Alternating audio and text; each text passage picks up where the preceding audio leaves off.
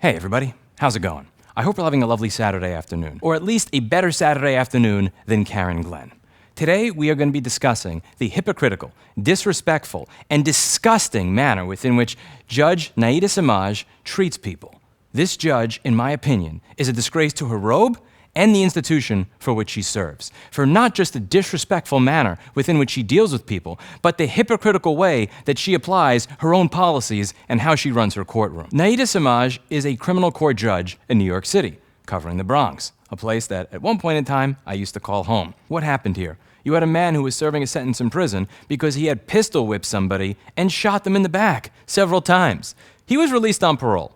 How you get released on parole after doing this is beyond me, but he was released on parole. Parole tends to be one of those things where you're supposed to be on your best behavior. Don't F around and find out. Be nice. Don't strangle people. Don't shoot people. Don't beat people. And if you happen to strangle and beat someone and they die, then you probably shouldn't admit that to the police if you don't want to go back to jail. But we're talking about New York City. You're never going to go back to jail here. This man is said to have strangled his stepson, somebody he has had numerous violent altercations with before. He admitted such to police.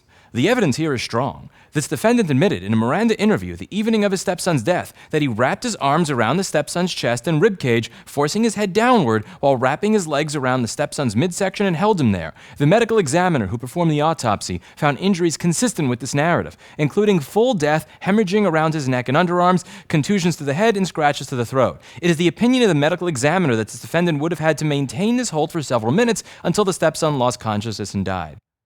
He admitted to the police that he did it. The prosecutor said, since this person is out on parole and admitted to the police that they strangled somebody who died, can we perhaps have no bail here? The public defender said, can we just get bail at $10,000?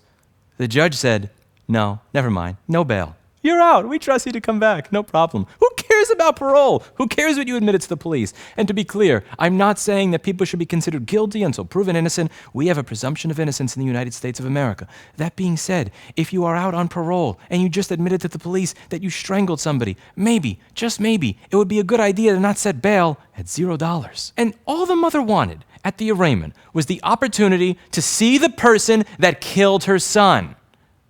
But she wasn't allowed that. Because you see, the judge values proceedings moving along quickly. They made the request that mother could be sitting in the courtroom at the time that this occurred. The mom was right across the hall, minutes away from entering the courtroom. I understand that you might want to be here sitting in the courtroom, but what does that have to do with the actual task at hand, Samaj told the prosecutor. Judge, our preference would be to wait, because this is a homicide case, Conway explains. Oh my, you know what? My bad. I completely forgot that your preference actually matters. A judge said that to the prosecutor dealing with a case where a mother's son was killed. I understand you have a preference to have the family member sitting in the courtroom, and that's wonderful, Samaj said, so maybe you should have asked her to get here sooner. You know, there are a lot of things that can cause people to be a few minutes late to work, a few minutes late to a meeting, and there are certain things that you may have to deal with. There are certain affairs that you may have to get into place when your son gets murdered by a piece of shit criminal in your state. But you see, she cares about this. She cares about keeping things moving very quickly and efficiently. She's not like every other person in New York State that slows things down for no good reason. Let's see how much she values that. The judge called for the proceedings to be halted, not so that the mother of the victim that got strangled by a criminal piece of shit could look the murderer in the eye. No, she did that because the defendant was breathing heavily. She halted the proceeding because the defendant was breathing deeply. The guy who has been ordered to attend anger management classes in prior cases, the man who has served prison for violent crimes, is breathing deeply. And she said the defendant looks like he may pass out. Because he's nervous, because he's scared that he may be held accountable and responsible for the crime of murdering somebody.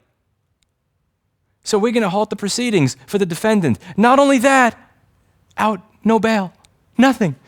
The prosecutor said, due to this past history, due to the fact that he is on parole and killed somebody, we think it would be a good idea based on his violent history that he not be let out. The public defender said, can we get bail at $10,000? And the judge is like, nah, brah, we're going to leave it at $0.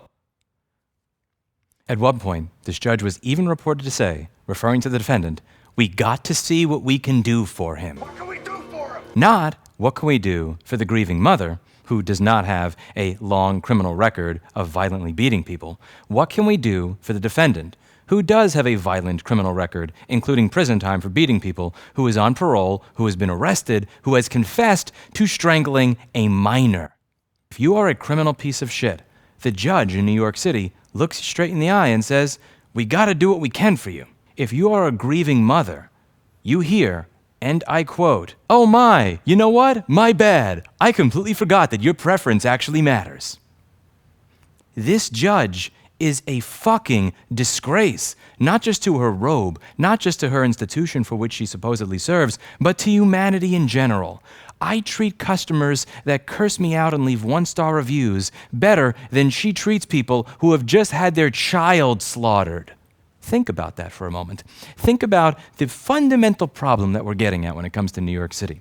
You have people that try to do business in an honest manner, that have good ratings, that get fined left and right. And then you have realtors that own tens of millions of dollars in real estate in their portfolios, and they can lie about how they advertise it, and they never get in trouble. You have honest-to-God tax cheats that screw people over for 20 to 30 years and get away with it. I get audited for over 15 months, and they don't find more than a 0.1% rate of error, and they still spend 15 months looking for it.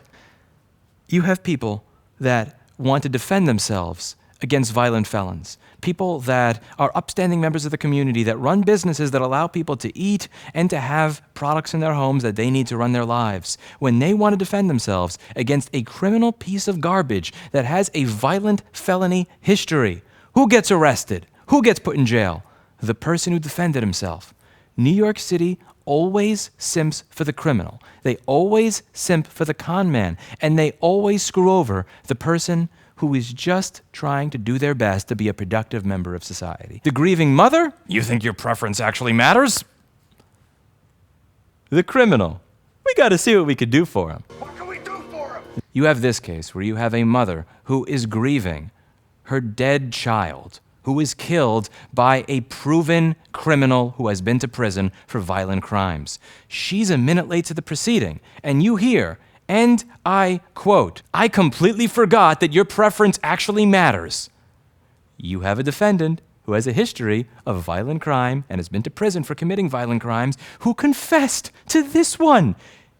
And you're going to stop the proceedings because he's breathing heavily because he's nervous. This is how you could tell that the defendant in this case is not that smart. You see, he's breathing heavily. He's anxious because most people that just got out of prison for beating somebody, that are on parole, that have then confessed to the police that they have strangled a minor, tend to be nervous when they're in court because typically in every other area of the country, that is where you are going to be held accountable and responsible for your crimes. But he's in New York City, so he's got nothing to worry about. That's it for today. And as always, I hope you learned something. I'll see you all in the next video. Bye now. And judge, if you're watching this video, fuck you.